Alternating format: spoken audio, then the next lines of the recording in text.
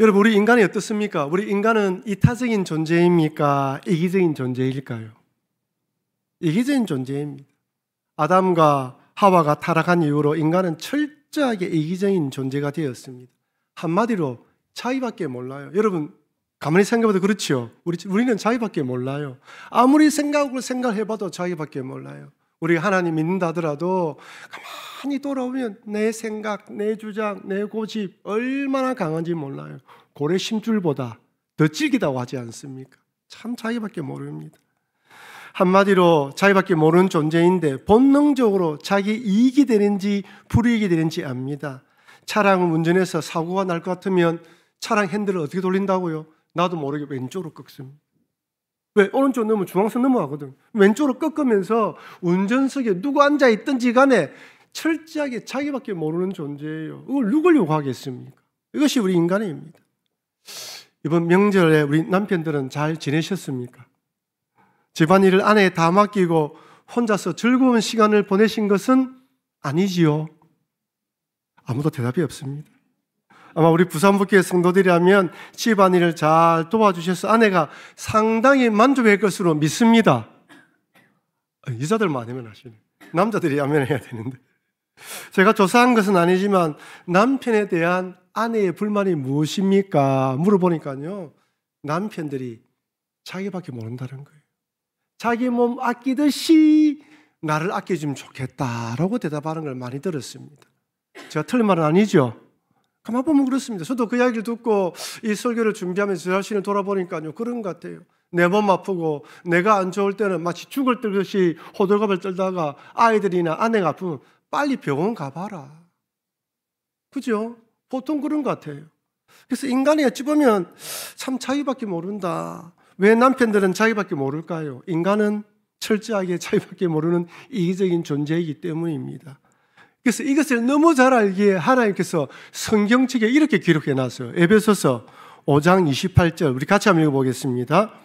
이와 같이 남편들도 자기 아내 사랑하기를 자기 자신과 같이 할지니 자기 아내를 사랑하는 자는 자기를 사랑하는 것이라. 자기 아내 사랑하기를 자기 자신과 같이 하라. 자기 몸 아끼는 걸 잘 아는 것이 하나님께서요. 그래서 남편들아 아내 사랑하기를 자기 몸처럼 사랑해라 라고 당부하는 것입니다. 오늘 목사님 남편들 너무 심하게 이야기하시는데 5월 달에 아내들이 이야기할 겁니다. 오늘 아브라함 이야기가 나오기 때문에 이렇게 이야기합니다. 어쨌든 아내를 자기 몸처럼 사랑하시는 남편을 되시기를 주의 이름으로 축원합니다. 남편들이 소리가 적습니다. 다시 한번 더 남편들 아내를 사랑하기를 축원합니다. 예, 그렇게 하셔야 됩니다. 오늘 본문을 보면 자기밖에 모르는 아브라함을 만나게 됩니다. 아니 자기 살기 위해서 아내를 누기라 속이다니요. 결혼한 사람인데 내 아내인데 남편을 아내를 빼앗아 가는데도 그냥 줍니다. 돈 많이 주니 감사도 받아요 또. 정말 찌질한 남편이에요. 어떻게 이럴 수가 있습니까? 이 남편을 믿고 따르는 살아도 참 안타깝기도 합니다. 근데 이 모습을 바라보면요, 참 아브라함이 어떻게 이럴 수 있을까 그런 생각이 듭니다. 의아한 것은 하나님께서 이런 아브라함을 믿음의 조상으로 불렀다는 거예요. 하나님의 지시를 받고 가나안 땅으로 가는 아브라함의 모습을 보면 믿음이 대단한 사람처럼 보이는데 또 이런 모습이 있다는 것이 의아한 생각이 드는 것이죠. 하나님이 아브라함에게 이렇게 약속하십니다. 창세기 12장 2절 3절 우리 같이 한번 읽겠습니다. 내가 너로 큰 민족을 이루고 내게 복을 주어 내 이름을 창대하게 하리니 너는 복이 될지라. 너를 축복하는 자에게는 내가 복을 내리고 너를 저주하는 자에게는 내가 저주하리니 땅의 모든 족속이 너로 말미암아 복을 얻을 것이라 하신지라. 여러분 이 구절에 복이 몇 번 등장합니까? 한 번, 두 번, 세 번, 축복, 복. 총 몇 번이죠? 5번이죠. 복이라는 말은 4번 나오고 축복까지 5번 나옵니다. 야, 이 구절만 읽으면 힘이 나요. 하나님만 잘 믿으면, 하나님이 하라는 대로 하면, 하나님이 원하시는 대로 하면 복을 부어주시는구나. 복을 부어주시는구나. 솔직한 이 얼마나 좋은 말씀입니까? 아브라함에게 이 말씀을 들었을 때 기가 솔깃했을 거예요. 와, 복을 주시는 하나님이구나. 이 말씀을 받을 때 아브라함의 경제적 상황이 부자인지 가난한지 얼마나 많은 부를 가졌는지를 알 수는 없습니다. 그런데 아브라함 집안에 자식이 없어요. 어떤 말씀보다 어떤 말씀? 네 민족을 이루게 해주겠다. 큰 민족을 이루게 해주겠다. 자식을 주겠다는 말에 귀가 솔깃했을 거예요. 여러분, 그 당시는 어떻습니까? 지금과 달라요. 과학적으로 발전 시대가 아닙니다. 그 당시는 사람들이 자식을 낳지 못하면, 자식이 없으면 저주받은 사람이다. 하나님이 복을 주지 않는 집안이라 그렇게 믿었습니다. 그런데 하나님 말씀하십니다. 복을 주겠다. 자식을 주겠다. 아마 아브라함도 사라도 야, 이 말씀 따라가면 좋겠다 생각하고 하나님을 따랐을 것입니다. 그리고 아브라함은 그 말씀에 따라 가나안 땅으로 갑니다. 여러분, 그 당시 인터넷이 있습니까? 지금처럼 통신이 발달되었습니까? 전화해서 물어볼 수 있습니까? 그런 시대가 아니에요. 그것이 어떤 곳인지 알 수가 없어요. 그냥 말씀만 따라 가는 것입니다. 오늘 이 자리에 앉아 계신 분들 가운데 어떻게 해서 교회 처음 오게 되었습니까? 물으면 예수 믿으면 복 받는다라는 말을 듣고 복 받으러 왔습니다 라고 말씀하신 분도 계실 거예요. 하는 사업이 잘 안 되었어. 또한 하는 사업이 잘 안 되는데 종교를 바꾸면 된다라는 말도 있고, 집안에 우환이 찾아오고 자녀들이 말 안 듣고 배우자 하는 일이 어렵고 뭔가 잘 안 돼. 그 사람들이 종교를 한번 바꿔봐라, 교회 한 가봐라, 하나님 믿어봐라, 복이 올 것이다 라고 생각하고 오시는 분도 있습니다. 아마 오늘 이 자리에 앉아 계신 분들 가운데에서도 지푸라기라도 잡는 심정으로 하나님 믿으면 뭔가 일이 일어날까라는 기대를 가지고 오시는 분도 있을 것입니다. 어떤 이유든지 하나님 믿어 복 받으러 교회 오신 것이죠. 여러분, 근데 교회에서 말하는 복은 두 종류 복이 있습니다. 첫 번째는 영적인 복이 있어요. 영적인 복이 무엇입니까? 예수님 믿어 구원받는 복을 말합니다. 여러분, 교회 오기 전에는 다들 그렇게 생각합니다. 아이고, 내 정도만 살아라. 내 정도만 살아가면 법 없어 살아갈 수 있다. 내 정도만 살면 누구든 천국 안 가겠나. 그런 생각을 가집니다. 죄인이라 하면 아이고, 나는 죄인 아니에요. 내가 무슨 죄를 지었단 말이에요. 죄인이라 하면 뭔가 행동으로 국가에서 범한 죄를 지은 사람을 죄인으로 생각해요. 그러니까 우리는 교도소에 있는 사람과 나를 구분합니다. 나는 저런 사람이 아니다. 나는 의인이라 생각해요. 근데 신앙생활하면서 뭘 깨닫게 됩니까? 아, 하나님 믿지 않는 것이 죄이구나. 하나님 믿지 않는 것이 죄인이구나. 하나님 믿어보니까요, 온 세상을 하나님 창조하셨어요. 하늘과 땅과 모든 것 창조하셨어요. 가만히 보면 우리 나도 하나님 창조하신 피조물이에요. 여러분, 피조물이 하나님을 섬기지 않는다, 이만큼 큰 반역죄가 없습니다. 그래서 교회에서는 그것을 죄인이라 말하는 거예요. 교회를 다니다 보면 아, 하나님 믿지 않는 것이 죄구나, 내 뜻대로 살아온 것이 죄구나, 그래서 내 집안에 이런 일이 생겼구나 깨닫게 됩니다. 그러면서 아, 이 내 죄를 위하여 예수님, 하나님의 아들 예수님이 이 땅에 오셔서 십자가에 달려 돌아가심으로 내 죄가 구원받았구나, 그러면서 감사하게 되는 것입니다. 이것이 영적인 복입니다. 하나님은 영적인 이런 복을 주실 뿐만 아니라 또한 육적인 복도 허락하십니다. 예수님을 구주로 믿으면 하나님의 자녀가 됩니다. 여러분, 길을 지나가고 있는데 모르는 사람이 나타나서 아빠, 엄마라고 부르면 뭘 하겠습니까? 이 사람 미쳤나? 이래 이야기할 겁니다. 여러분, 우리는 내 부모에게 엄마, 아빠라 부르고 내 자식이 나를 엄마라 아빠라 부르지 아무도 내를 엄마라 아빠 부르지 않습니다. 하나님도 동일합니다. 하나님을 아버지라 부를 수 있는 사람을, 하나님 아버지라 기도할 수 있는 사람은 예수님을 구주로 영접하고 하나님을 영접으로 한 사람은 하나님의 자녀가 되고 하나님의 백성이 됩니다. 그때부터 하나님이 우리를 하나님의 자녀로 인정하십니다. 그때 우리가 하나님을 아버지라 부르며 기도할 수 있는 것입니다. 그런데 하나님 이렇게 말씀합니다. 너희들이 예수님 믿고 구주받아 하나님 백성이 되고 나를 하나님 믿고 기도하면 나는 내 인생, 네 인생 책임져 주겠다. 이런 육적인 복을 허락하셔요. 마태복음 7장 11절에 우리에게 이런 귀한 말씀을 주십니다. 우리 같이 한번 크게 읽어보겠습니다. 너희가 악한 자라도 좋은 것으로 자식에게 줄 알거든 하물며 하늘에 계신 너희 아버지께서 구하는 자에게 좋은 것으로 주시지 않겠느냐. 구하는 자에게 좋은 것으로 주시지 않겠느냐, 무슨 말입니까? 주신다는 말이에요.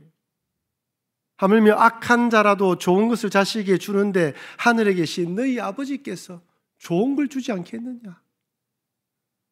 그런데 오늘 본문에 보면 하나님께서 복을 주시겠다고 약속하신 땅에 도착하자 기근이 찾아왔습니다. 그럼 아브라함이 얼마나 헷갈릴까요? 교회만 다니면 하나님 믿으면 복이 온다고 믿었는데 그 약속의 말씀을 따라 거기 가면 복이 있을 것이라 생각했는데 기근이 찾아옵니다. 헷갈리는 것이죠. 여러분, 왜 지시한 땅으로 왔는데 왜 예수님 믿으면 복이 있다고 하는데 교회 다니면 어려움이 찾아오고 힘든 일이 찾아옵니까? 여건과 고난이 찾아옵니까? 기근, 결핍, 부족, 불행, 질병, 사고 등이 끊임없이 찾아옵니다. 엎친 데 덮친 격으로 연달아 불행이 찾아오기도 하고 얽히고 설킨 문제들이 해결될 기미가 보이지 않을 때도 많습니다. 이때 우리 마음속으로 속았다는 생각이 듭니다. 정말 하나님 계시는가? 하나님 믿어도 별 수 없네 하면서 신앙을 버리기도 합니다. 하지만 이때 한번 따라합시다. 하나님께서 나의 믿음을 시험하시는구나. 연단하시고 시험하시고 강하게 만들고 성장하게 만들기 위하여 이런 어려움을 만들어 놓으셨구나. 여러분, 고난 없는 인생이 있습니까? 사람이 어려움을 통과하지 않으면요, 인생이 겸손해지지 않아요. 어려움을 만나고 힘든 일을 만나서 내 힘으로 안 되는구나 깨달을 때 그때 겸손해집니다. 문제들을 만나면서 나는 아무것도 아닌 것을 깨닫게 됩니다. 하나님께서는 이런 문제들을 통하여서 하나님 아니면 안 됩니다, 주님을 더 의지하도록 만들기 위해서 그런 역경을 허락하신 것입니다. 그런데 기근이 찾아왔을 때 아브라함이 어떻게 행동합니까? 오늘 성경에서는 아브라함의 믿음이 어땠는지는 말하고 있지 않아요. 그런데 아브라함의 행동을 보면서 우리는 아브라함이 어떤 믿음을 가진지 알 수 있어요. 아브라함이 믿음이 많이 약해졌습니다. 믿음이 많이 약해졌어요. 그래서 이런 생각을 해냅니다. 창세기 12장 12절 13절 우리 같이 읽겠습니다. 애굽 사람이 그들을 볼 때에 이르기를 이는 그의 아내라 하여 나는 죽이고 그대는 살리리니 원하건대 그대는 나의 누이라 하라. 그러면 내가 그대로 말미암아 안전하고 내 목숨이 그대로 말미암아 보존되리라 하니라. 여러분 보십시오. 이는 그의 아내라 하여 나는 죽이고 그대는 살리리니. 여러분, 이런 생각을 어디서 했습니까? 여러분, 질문 하나 드릴게요. 아브라함이 살던 그 하란이라는 지역이 떠나서 가나안 땅으로 왔단 말이에요. 갈대우르에서 가나안 땅에 왔는데 가나안 땅이나 애굽이나 그에게 낯선 땅이에요. 똑같이 낯선 땅이에요. 그런데 가나안 땅에 왔을 때는 이런 걱정 근심을 하지 않았는데 왜 애굽 땅에 내려가서 이런 근심을 하는 거예요? 그 땅도 낯선 땅이고 이 땅도 낯선 땅이에요. 왜 이 땅에 갔을 때는 그런 걱정을 하지 않고 이 땅에 갔을 때는 이런 걱정을 하는 거예요? 믿음의 차이예요. 가나안 땅에 올 때는 하나님이 이런 복을 주시겠다라고 약속하셨기 때문에 그 하나님 있는 믿음을 가지고 가나안 땅에 왔어요. 근데 애굽은 지금 자기 생각대로 내려가려고 하는 거예요. 자기 인생 자기 마음대로 하려고 내려가는 거예요. 자기 인생을 자기가 책임지려고 내려가는 것입니다. 그러니까 걱정 근심이 생기는 것입니다. 여러분, 우리 인생 앞에는 다양한 문제들이 찾아옵니다. 그런데 그것을 이기는 힘은 믿음인 줄을 믿으시길 바랍니다. 아브라함이 믿음이 있을 때는 걱정 근심이 없었어요. 믿음이 없으니까 걱정 근심이 생기는 거예요. 여러분, 2025년에 이제 한 달이 지나갔습니다. 트럼프가 대통령이 되고 어떤 일이 벌어질지, 지금 관세 매긴다니까 전 세계적으로 이제 어떻게 될지 두고 봐야 됩니다. 비행기 추락 사고도 있고요. 2025년은 더 어려울 것이라 생각하는데 우리가 한 달을 살아왔습니다. 여러분, 죄송하지만 우리가 살아오면서 힘들지 않다고 말한 때가 있었습니까? 없었어요. 그럼 우리는 또 살아오고 있습니다. 우리 앞에 어떤 일이 일어나고 어떤 문제가 올지 우리는 아무도 모릅니다. 근데 중요한 것은 우리의 믿음입니다. 우리의 믿음이 있으면 그것을 극복할 수 있는 능력이 생기고, 믿음이 없으면 작은 걱정 근심이 찾아봐도 아브라함처럼 이렇게 하는 것입니다. 여러분, 잘 기억하십시오. 내가 내 인생 책임지려고 하면 걱정 근심이 배로 많아집니다. 하나님께 맡기고 하나님 의지하면요, 의지하는 만큼 믿음은 반비례 줄어들어요. 걱정 근심은 줄어듭니다. 중요한 것은 우리 앞에 닥쳐오는 어려운 문제가 아니에요. 우리의 믿음입니다. 믿음으로 이겨나가는 게 중요한 것이죠. 근데 아브라함은 믿음이 없어요. 저기서 내 인생 내가 살아야 되는데, 내 바라봐야 되는데, 그러니까 사람이 철저하게 자기 이기주의를 변해요. 믿음이 없으면 이기적인 마음은 극대치로 늘어납니다. 믿음이 없으면 자기밖에 보지 못해요. 믿음 없으면 다른 사람 이야기 들어오지 않습니다. 오직 자기 자신에게 몰두하게 되어 있습니다. 이런 사람한테는 이야기를 듣지를 않아요. 자기가 부딪혀 봐야지, 깨어져 봐야지만 내가 믿음 없이 행동했구나 깨닫는 것입니다. 하나님이 내버려 두십니다. 아브라함도 이렇게 내려가서 믿음 없는 것들이 없이 행동하면 어떻게 되는지 경험해야지만 깨달아지는 거예요. 아내를 팔아서라도 자기 생명을 유지하고 싶은 것이 아브라함입니다. 여러분 어떻습니까? 이런 아브라함의 모습이 좀 낯설어 보입니까? 친근해 보입니까? 혹시 아브라함을 통하여 여러분의 모습이 보이지는 않습니까? 이런 아브라함의 모습은 죄인의 실상입니다. 아무 어려움이 없고 위험 요소가 없을 때에는 이타적이고 남을 배려하지만 궁지에 몰리고 생명의 위협이 느껴지면 본능적으로 자기 자신밖에 모르는 것이 인간입니다. 다른 사람은 전혀 고려하지 않고 생각하지 않습니다. 오직 자기 목숨에만 집중하는 이기적인 사람, 자기 사랑이 충만한 모습으로 변하는 것이죠. 여러분 죄송하지만 우리는 철저하게 나밖에 모르는 이기적인 존재임을 인정해야 합니다. 본능적으로 내 이익에 밟고 손해보는 것을 싫어합니다. 인정받는 것을 좋아하고 비난과 비판받는 자리는 싫어합니다. 박수갈채를 받고 싶어도 책임은 지지 않으려고 합니다. 내 살 길이 가장 우선인 것이죠. 어떤 사람들은 목사님 그거 인간의 본성 아닙니까? 라고 이야기하지만 성경은 이것이 죄인의 모습이라고 말합니다. 저는 아브라함이 기근이 찾아봤을 때 애굽으로 내려간 것이 잘못되었다고 생각하지 않습니다. 우리는 얼마든지 이쪽으로 저쪽으로 이사를 할 수 있고요, 이주를 할 수 있습니다. 그런 모든 것까지 다 물어보면서 결정하고 그런 건 아닙니다. 기도하면서 또 내 마음의 결정에 따를 수가 있습니다. 근데 중요한 것은 믿음입니다. 믿음으로 하나님을 의지하면서 이주를 하느냐, 믿음 의지하면서 선택을 하느냐, 결정하느냐. 그렇지 않으면 불안과 두려움이 찾아오는 것이에요. 지금 아브라함이 잘못한 것은 하나님의 뜻을 묻지 않고 자기 인생, 자기가 자기 뜻대로 책임지려고 하는 것입니다.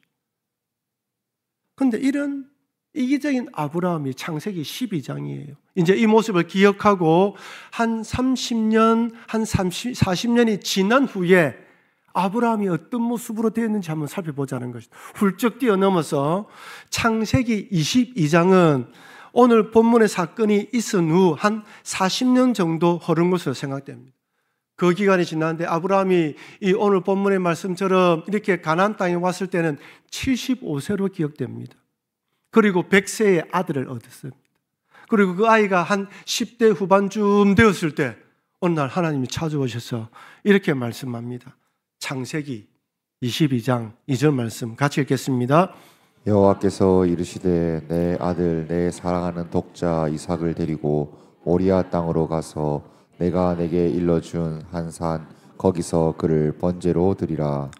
내 아들 내 사랑하는 독자 이삭을 데리고 모리아 땅으로 가서 내가 내게 일러준 산 거기서 번제를 드리라. 여러분 100세에 낳은 아들이에요. 아내도 남편도 아이를 낳을 수 없는 몸이었는데 기적적으로 아이를 가졌습니다.